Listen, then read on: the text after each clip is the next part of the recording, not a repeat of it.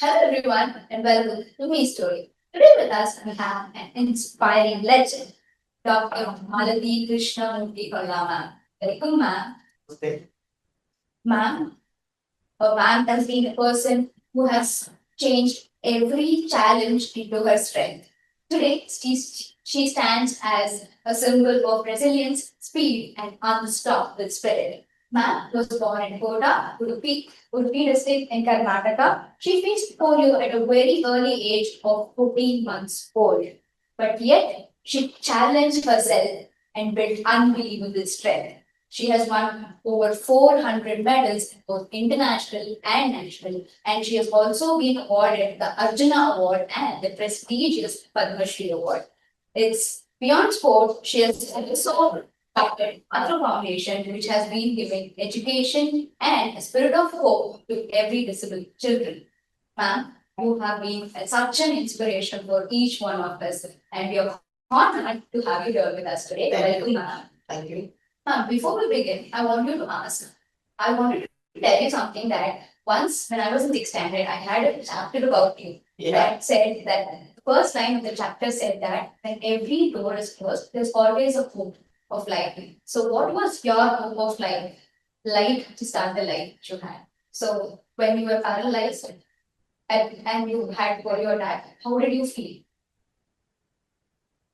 That time I never felt what is my disease is. How serious it would be. Because uh, I used to crawl and make my things get ready and all. I never thought my polio would be so serious and all. And one fine day, I never dreamt that polio will bring me here.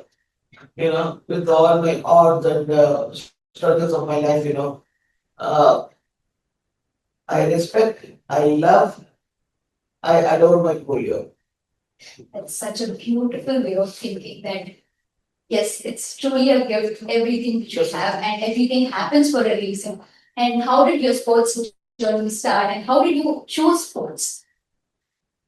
I think I never choose the sports academy. Sport has chosen me because I wanted to forget my physical pain, because I'm going 39 surgeries in my life and 21 fractures. I know it gave me a lot of physical pain and mental trauma. I wanted to drain everything. I wanted to get rid of everything of my painful life. So I thought I can forget my pain by doing a lot of physical exercises and punishing my body. Slowly I got into that, and I think today no regret at all.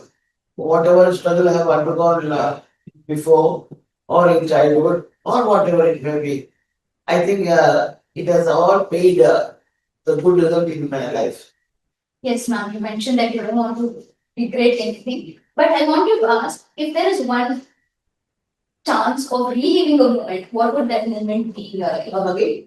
If you had to relive a moment in your life, what would that moment be? So you want me to tell the painful moment or joyful moment? Joyful. Joyful moment, lot of it there. How you make your life, that's all. I have a habit of making my painful moment also into joyful moment. I always do that, because the painful moment will teach me how best you can realize your life. How can you can love your life by going through lots of pain. You know, joyful moments are very few, but each and every moment I cherish. Maybe my sports life, or my personal life, or my professional life, or my social life, whatever it may be. I cherish each and every moment of my life. There are so many examples are there. Ma'am, in sports, who is your biggest inspiration? My pain, my physical pain. Whatever mental trauma I had gone through, the mental pain and physical pain and mental trauma, it just converted me into becoming a strong person. That's all. Uh, to become a strong person, my sports life has helped.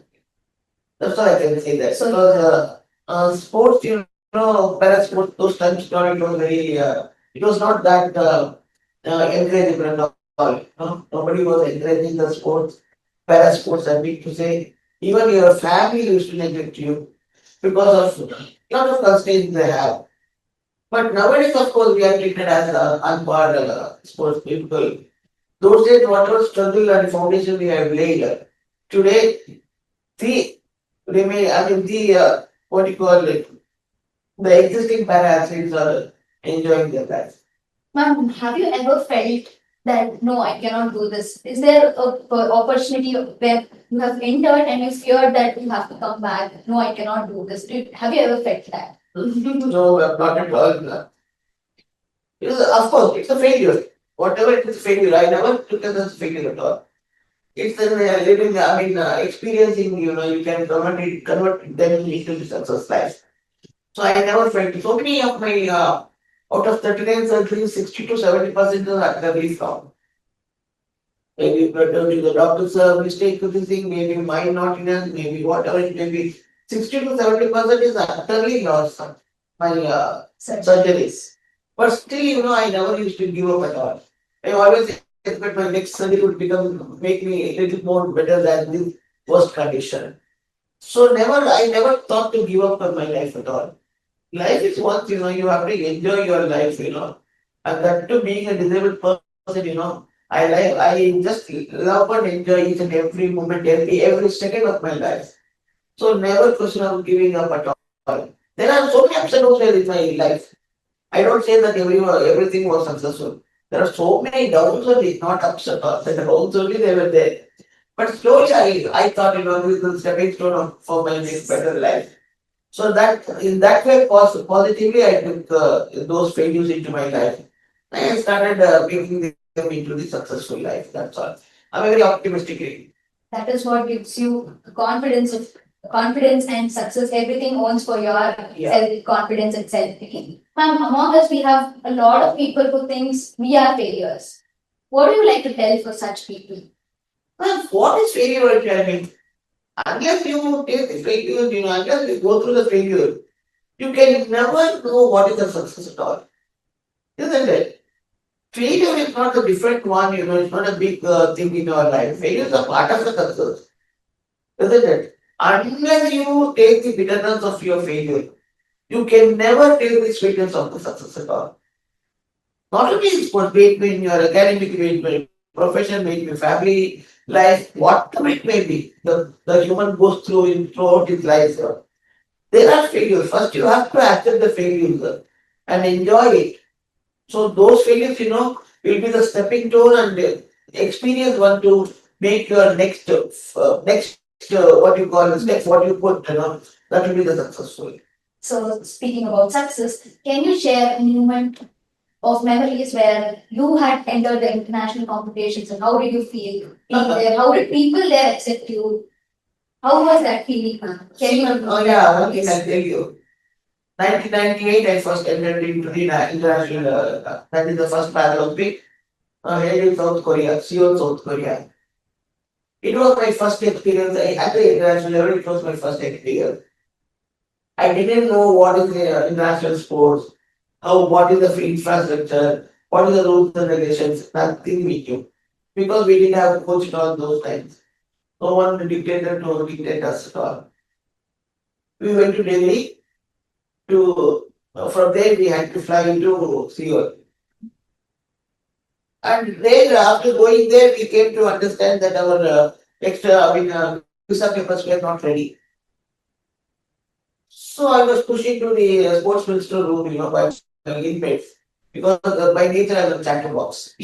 So they just pushed me inside, go and talk to the sports ministry, get the papers there. I went there, she was sitting as a minister. I went there and I requested her to release the visa papers because going there before to any countries, you need to adjust to the environment, climate, food, everything. You have to adjust yourself mentally and physically, isn't it? For any one of us. So I said, if you release the papers, it'll be nice. She was in the boiling mood because the entire Olympic team was coming back with empty hands. Okay, including Madam PT Usha. So she said in a shouting way, do you think you are PT Usha? When she's coming with empty hand, what the hell you are going to do on the clock? My ego was hurt and my confidence was hurt. Whatever confidence I had in me will do better than that. So everything was hurt. I was taken back and replied in the same tone. Ma'am, PT Usha, PT Usha, Mahatma Mahatma. Neither PT Usha cannot sit on the wheelchair and dash 100 meters race.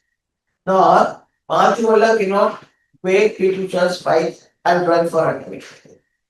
Instead of comparing, if you release the paper, who knows, at least I should reach the finals and come back.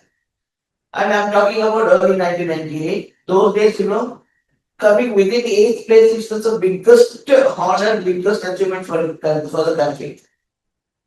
We went there. Of course, 100 meters dash I lost.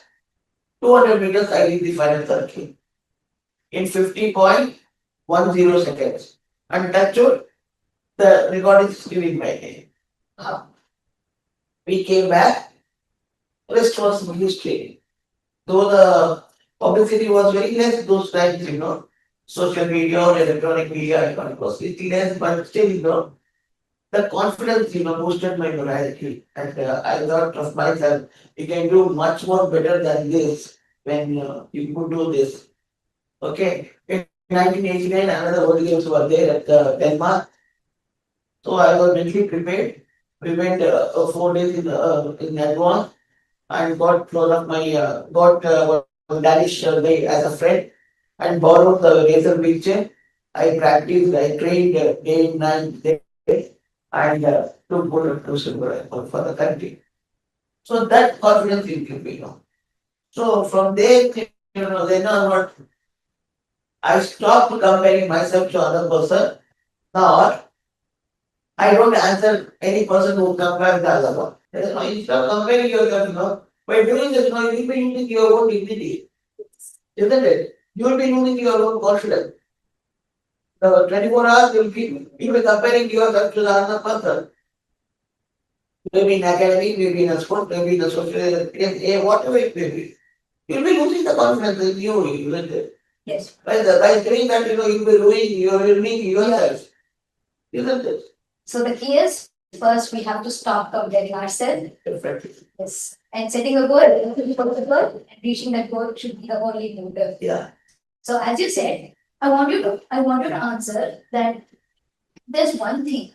If there's one thing that you felt, no, I shouldn't have done this. Do you have any regret of not doing it?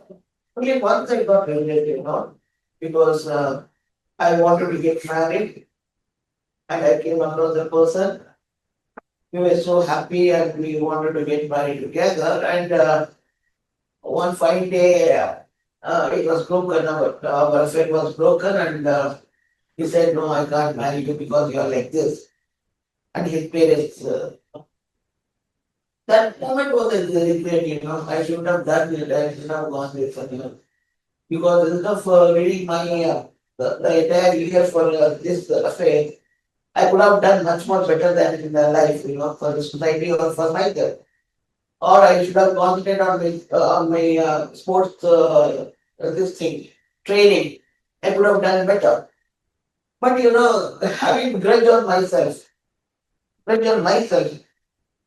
to get rid of that regret from you and to get rid of that guilt in you because I was guilty myself. I should have done. Okay. Then I trained very hard for the Asian game. I won 2 gold medals with record. That made not just you, but also our nation proud. I would like to say that if you would have got married, you would have had 2 kids.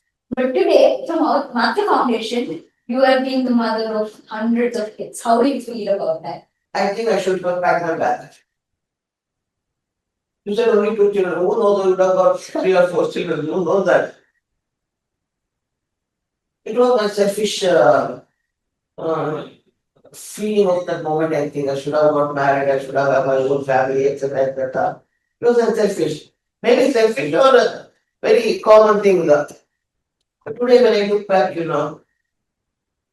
God has given me an opportunity to take care of it, not 100, no, these 53 children over a period of 20 years of my foundation life. 29 of my children completed their education, got job, and settled in the society, and living like you are. So this batch we have from third grade to degree. They are doing well, and I have a lot of satisfaction. And usually, I'm so unsatisfied woman on the very unsatisfied. I never get satisfied at all for whatever I do. It pushes me to do more. And so one day, that's only prayer in me, to the God, I should become Gandhari of having 100 children of my life. Of the same boat what we are sailing on that, all our handicapped children. I should bring them up, nurture them, give them good education, and give them the job according to their mental capacity. And I should push them to live in the society as normal as people. That is my only dream I have. As you told about your dream that you have to have 100 children, I hope that dream comes true very soon. Thank you very much.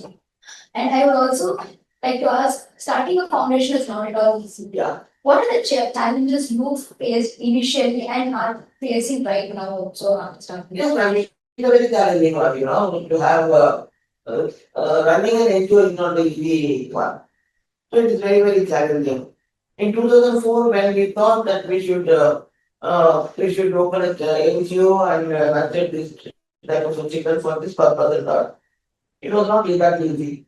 And I didn't want to concentrate on the children who live in the urban.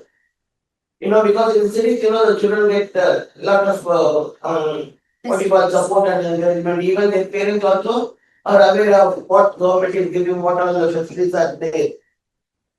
But in the villages, if the child is born like me, first the thing is that the parents will think that is a curse. You're born like this in our family, you're a curse to our family. No matter what talent the child has. It is not the parents' mistake also. They have only that much mindset. Isn't it? Morning till evening they go to the farm and work and this and that and all. Having a lot of kids at home. They don't have the time to carry the children to the school or to get the medical assistance and all. Do you think being born as a handicapped person is a child a mistake? Or a girl? Nothing. Because the child has come to existence with one purpose. To show his talent, whatever it may be, isn't it? So such children we want to bring them here. Convincing the parents is a little bit difficult, they don't get convinced at all. First it comes to their mind what they think. If my child is used for unnecessary purpose in the society, in the urban city. It's happening in the such. It is happening. So I keep myself as an example. Then I bring them here. We 8 trustees are there. We all get together and we talk that. Initially it was very difficult. We didn't have the shelter at all. And then 2001 when I got my Padma Shri award, the HA CEO also got the same award in my category only. So as I told you, I'm a very shameless woman and a selfish woman. I wanted to encash this. Went and requested him saying that I introduced myself. Yes, we both got Padma Shri together, he said. Thank God he remembered me.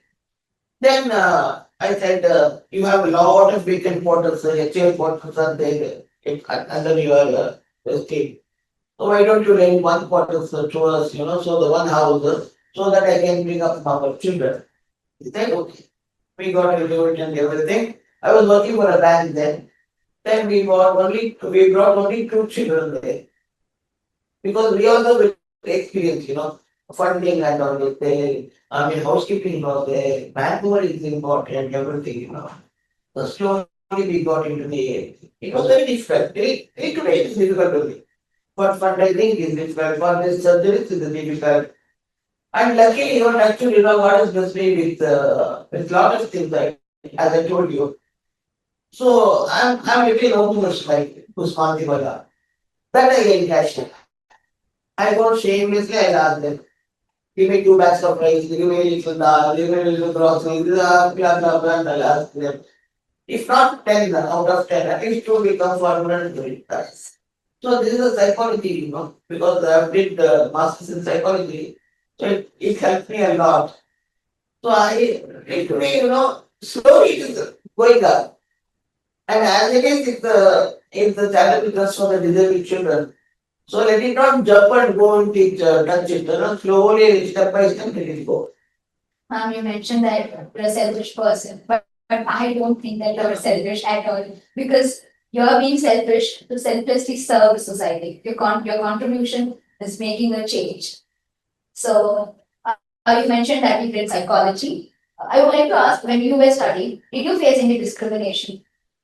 Or anybody speaking about you which made you feel that no, this is not the thing for me? When I completed my treatment at Chennai for 15 long years there, I was there in the hospital. Then I came back to Bangalore for good, We joined one of the colleges here in Bangalore. I completed my 10th at Chennai, came out with distinction, wanted to become a doctor. You know, of course, not to serve the society, man.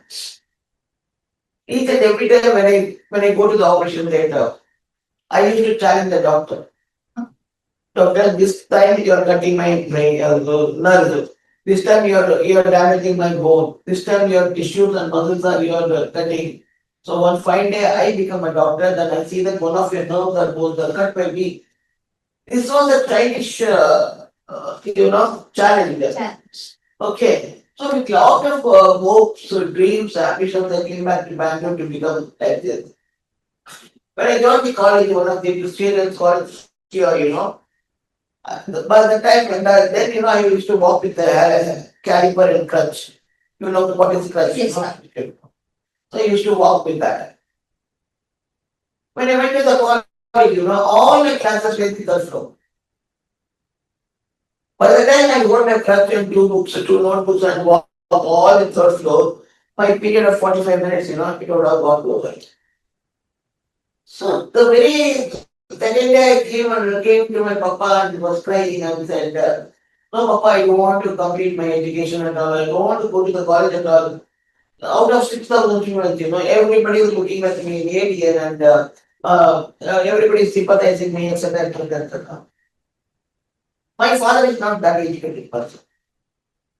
He was very worldwide, very experienced person.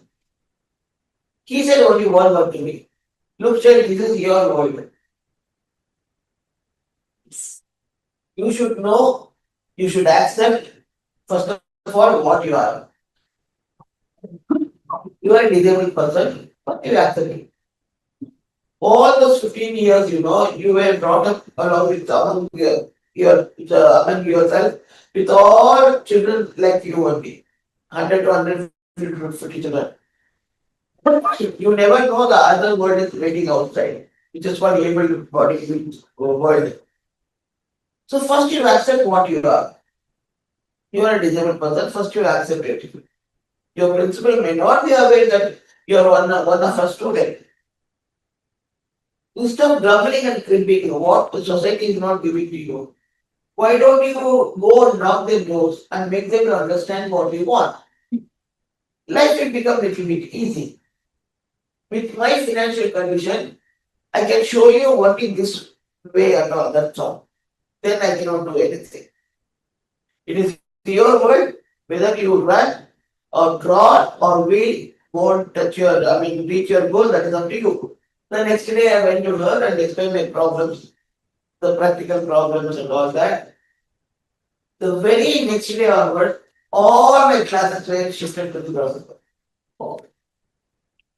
So that was the transformation moment in my life. It changed me a lot, my mindset, Till today or till this moment also, I have a fractured leg. It's giving me a lot of pain right now. I'm not able to sit properly. But till today, till this moment, I do not know the meaning for inferiority complex, or I do not know this spelling for the possible. So that much, yeah, that much is not my father gave me an impact that you have to make the world understand what you want. That's that helped me a lot. Today that's helping me when I go for the fundraising. I use this. I explain how best you can explain and all that. This and all, small things. Where I thought I cannot do anything, where I thought I do not get any encouragement from the world. But today, the entire world is celebrating me, supporting me. Credits. I don't know if the entire credit has to go to your father or not, Definitely, but your father has really shaped you. definitely, he molded and shaped me like anything, whatever I am today, it's for him. It's very happy. And initially, was the support always there from your parents, or did it come halfway after your success? How was it? We are very orthodox family. Okay. My mother never used to support me in so many things. Even my education, I was going to the college and all. Enough, you have completed your 10th, you're crawling and going and walking here and there. Our financial condition also not that good. Then why you want to go sit at home only? She used to encourage me. But my father, my papa's daughter, my father used to encourage me a lot. Go study as much as you can. As much as I can, I will help you financially or whatever.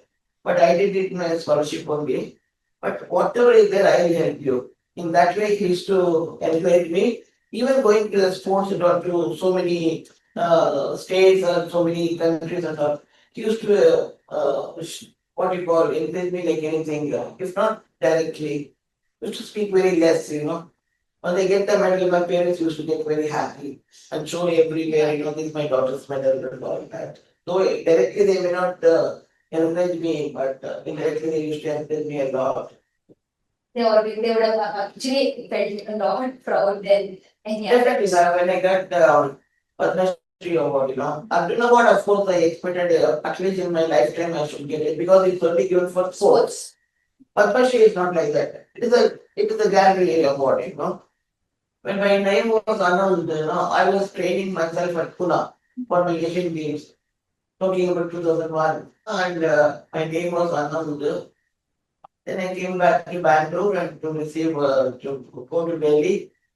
For the first, I was working, financially was little thumbed also.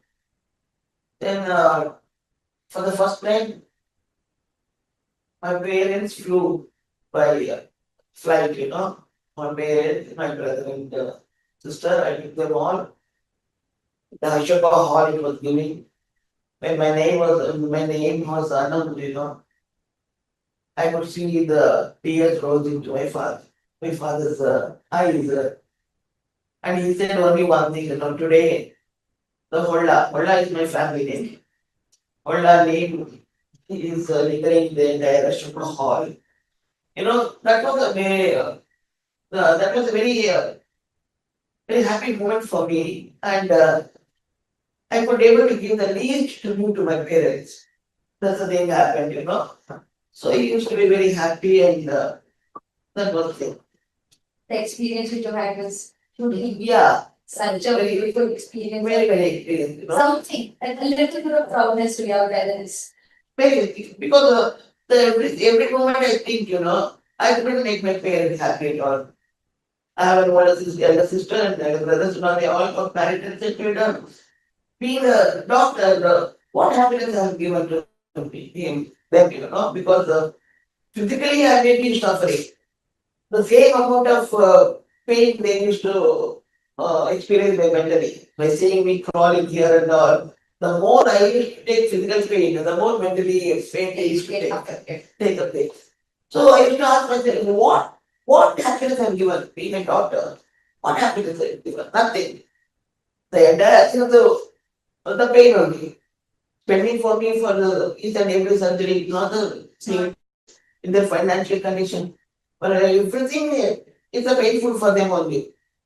So what being a doctor, what did I? But when this Padma Shri award period, I thought it was the least tribute, not even a 1%, least tribute I could be able to give them. Ma'am, I've always asked about what challenges you have faced. I want to ask what are the challenges your parents have faced raising you? Definitely, ma'am, because parents, as I told you, physically I might be going through a lot of pain, but same amount of thing mentally they used to go through. No? Isn't it? My mother used to carry me on her shoulder to get me electric shock treatment in my earlier days. And each and every surgery, my parents used to visit Chennai and be there until I get consciousness. My mother stopped coming there because there were lot of 150 to 200 children or similar like me, That was the problem. But seeing them itself, my mother used to go faint. So that was the problem. So she stopped coming. My father used to come, every week. Then we were running a small hotel business. And Saturday we used to close the hotel. Night we catch a bus or train, whatever it may be. Used to come to Chennai Sunday morning, and again Sunday evening used to go back. So that the moment, I never understand, I never realized, I never experienced what amount of financial crisis they would put on. Because so many surgeries, my mother used to pleasure 12 and get me the surgery. 60 to 70% of my surgeries went off very flop only. But still, my parents never used to give up hope. Don't give up, no give up at all. I think probably I will learn the same thing in only. I never give up at all. So those days are not very crucial days for them than me. Because I was away from them, never know what is going on here. But they have to bring up their other children also, no? So the amount of challenges they would have gone so much, I think so. But never used to share with me at all. You be there, get your treatment well, study well, and come back. But nothing Ma'am, that pure love is really tangible because for every parent, the child is always a superstar. Yes. Always a champion. So you have made them more proud for whatever they have done that is actually worth it.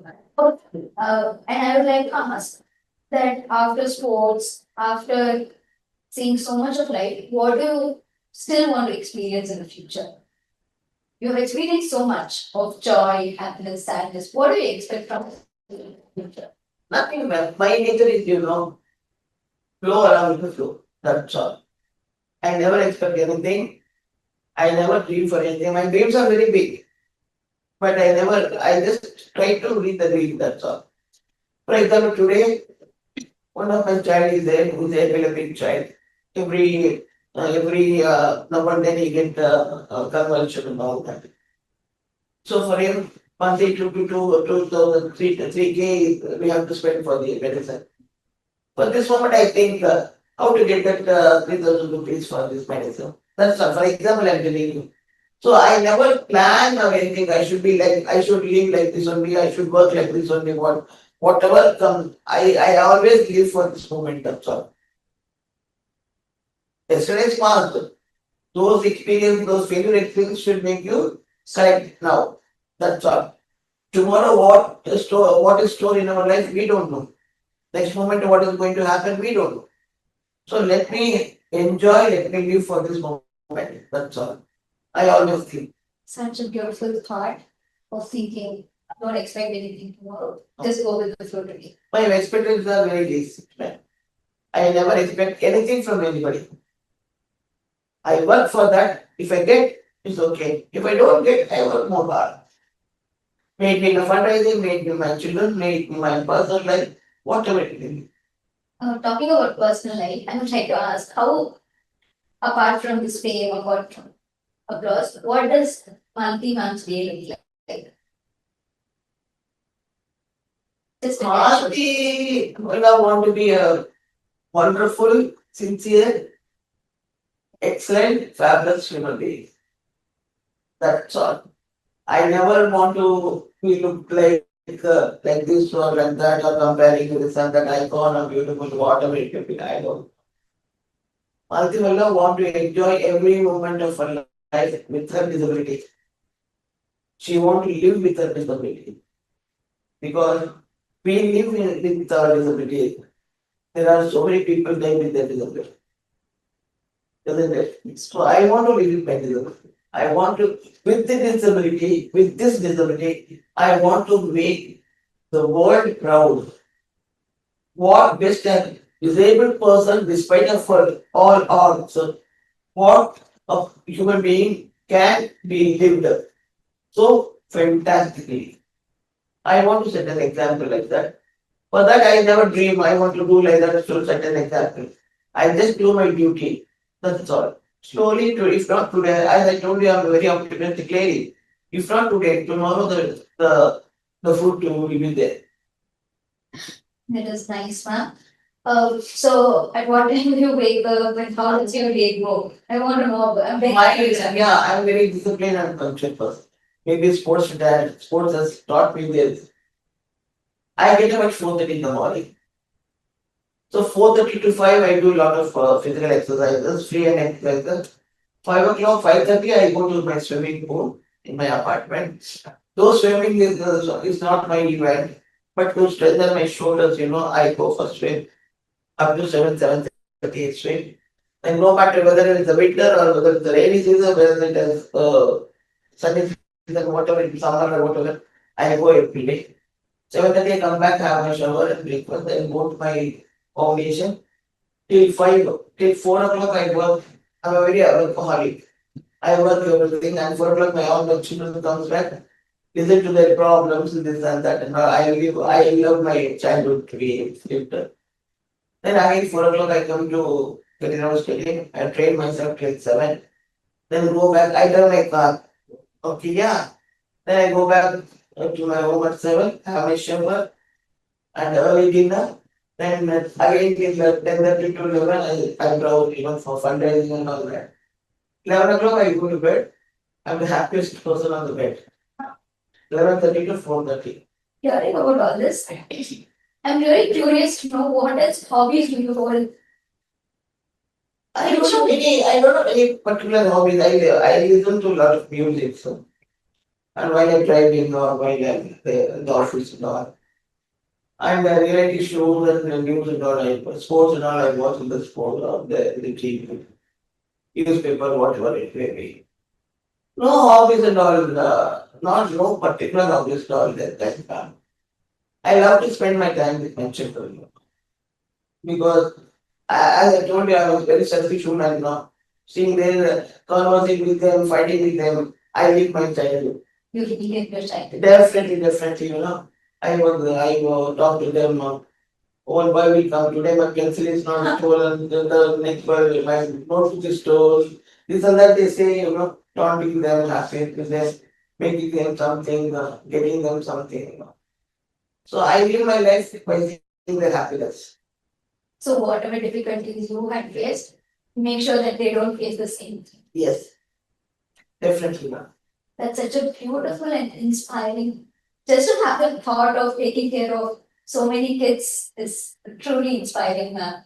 So apart from Hathi Foundation and your early life, I would like to ask today's youth, what is your perspective about today's youth and teenagers? Because we have a lot of self-doubt within ourselves. If something goes wrong, we are not ready to accept it. Yes, we are not ready to accept our own flaws. What do you like to tell for us? I include myself also because there are times that no, we cannot do this thing. So what do you like to tell? Nothing, ma'am. God has given you everything. Okay. So what I always tell the youth is, don't lose your hope. Don't lose the confidence at all. These two things, it is not sold in the bazaar. It is within you. You should get it from within, isn't it? And then, no, don't compare yourself at all. Nowadays, the youth, they don't have a strong mind at all. If anything happens, immediately they look into the fan, they look into the 10th floor or 12th floor to jump in. Yes. All the day out into. What you have done to ending your life? What you have achieved? Just to know that you have been born.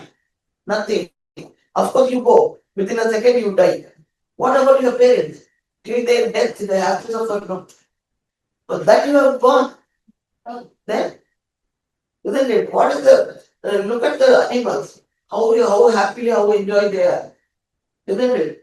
So that way, if it's each and every for small things you want to end up your life, then think people like us, how many times you have to go die and be born, isn't it? Yes. So in that way, don't lose your hope at all. Only one life we have. Don't lose the confidence. Try for hard days. Definitely, the entire year you study. One day you sit for the examination. That paper may be little hard, little tough. Don't lose your hope. Isn't it? Next time you can do better. In that way, don't do that. Always life is a wonderful life, It is just waiting outside to hug us. That's all I'm telling you. Don't lose the hope. But life is so colorful. Instead of looking at the love, looking at the world, what is the world is not giving. So try to make yourself strong. Forget the grumbling and cribbing, all that. Definitely, world is so colorful. The world is look at it the way we look at it. So The beautiful. society is like a mirror, it reflects our own images and attitudes, isn't it? If you look into it so sorely, so hopeful, so tragically, definitely it looks like that. So always be positive, always.